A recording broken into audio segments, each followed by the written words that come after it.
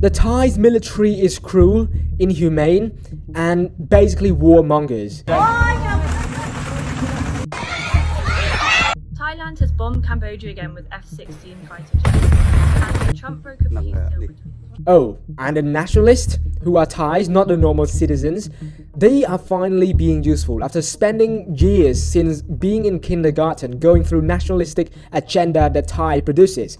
They are now using their hatred for their neighbors as food and fuel in this Cambodia and Thailand border conflict. They are being made a fool out of without them actually even realizing it. So if you are students, a scholar, a citizen of ASEAN, be sure to look into this case carefully. Do not just read off of Thai's military page and take their word for it. They have been lying since the start of the conflict back in July. And now, 5 months later, I personally believe we have more than enough data to prove that Thailand has been making a fool out of their nationalists and has been deceiving the world for a very long time. But I am making this short video because it's just baffled me the amount of BS the Thai military put out in a matter of 3 days since the conflict started, and the amount of foolish nationalists who actually believe in the Thai's military. Alright, a quick cut into the video. You know, this conflict between Thai and Cambodia has been going on for the past 5 months. There are so many narratives.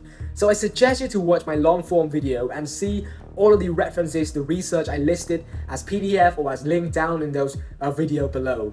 And it's really important to see those because my stand has been very clear from the start, and that is Thailand military has been BSing everyone for the longest time.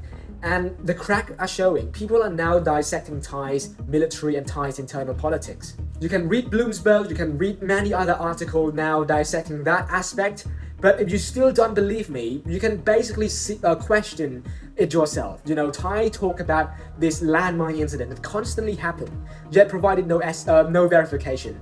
But whenever a landmine incident happened, there are always tension building up and leading up to an attack where Thai just magically accused Cambodia of firing first. And now they are using fighter jets. They are using fighter jets against a country that they claim uses landmine. Imagine that. Cambodia has no fighter jets, but they use it to bomb areas that they claim were military target, but they were killing civilians. You can see videos of those bombings recorded by ordinary civilians. And every single time they bomb public area, once again, they magically blame Cambodia, that Cambodia has troops and military position in those targets. So guys, if you let a military force such as the Thai military fool you once, that's fine. Twice, maybe, but 3 times, it's insane. You're just dumb if you're a nationalist at this point. So yeah, just back to the main video.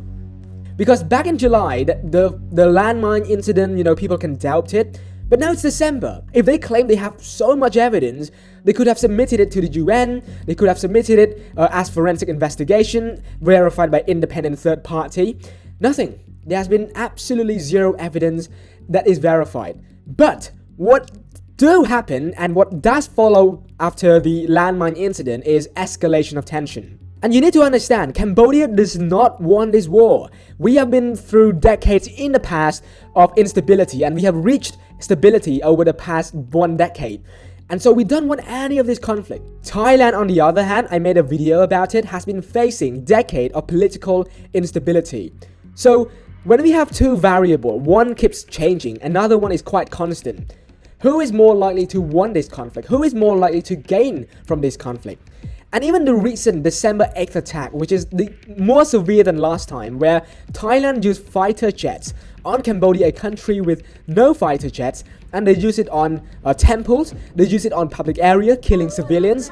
And their justification is that they blame Cambodia for planting those landmines, they blame Cambodia for firing first. And the thing is that all of those claims the Thais made has no base, there's no verification. And so taking back all of Thai's BS regarding the Cambodian fire first with no verification at all, we can clearly see there's an agenda. Firstly, Thailand Prime Minister, and while recording this video, this news just hit where the Thai current Prime Minister requested a royal decree to dissolve the parliament. Do you know what this means? It is about avoiding accountability and avoiding international judgment. So this rat of a guy is killing civilians, and now he's trying to run away from it by changing parliament. And it is quite sad because the only group of people who believe in the Thai military and the cannabis king running the country and trying to run away from killing civilians are the Thai nationalists, who somehow are also supporting the killing of civilians. Thailand Prime Minister